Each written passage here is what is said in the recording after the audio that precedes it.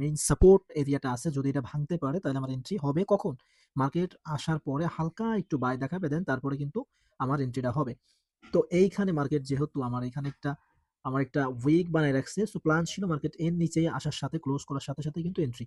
So final টিপি আমার ছিল কিন্তু অনেক নিচে, দেখতে পাচ্ছেন এইখানে ছিল আমার ফাইনাল টিপি, কিন্তু মার্কেট তার আগেই কি করছে, রিভার্স করে গেছে। এইটা এত বড় ভাই দুঃখজনক বিষয়, কাকে বোঝাবো এই জিনিসটা? দেখেন কি সুন্দর ফ্রি ফল, একে বলে হচ্ছে ফ্রি ফল। মার্কেট যখন একভাবে এভাবে মানে পড়তেছে একে বলে ফ্রি ফল, মানে কোথাও কোনো বাধা নেই।